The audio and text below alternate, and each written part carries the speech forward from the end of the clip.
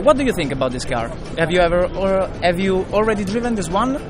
Yeah, this exact same one. So we had a filming in Balocco for the car. Okay. So very fast. I would say Balocco track when we used is very fast. So it's you can go quick and it's a very good handling for the car. It is, but obviously when you take it to the normal roads, it's also very comfortable. So yeah, it's a special version. They make only 10 out of it.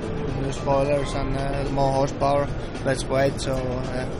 And instead, talking about your F1 career, are you confident about next season?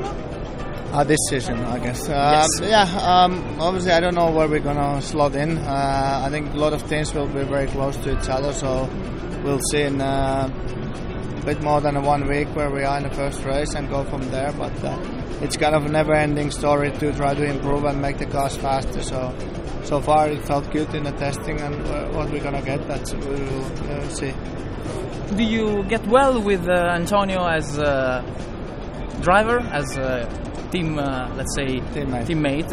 Yeah, I mean, obviously we know each other from Ferrari time, so it's not like we never met before. So in testing, it's always different because you have only one car and one driver. So I think when we go to race week and we start working more closely together, so it'll be interesting.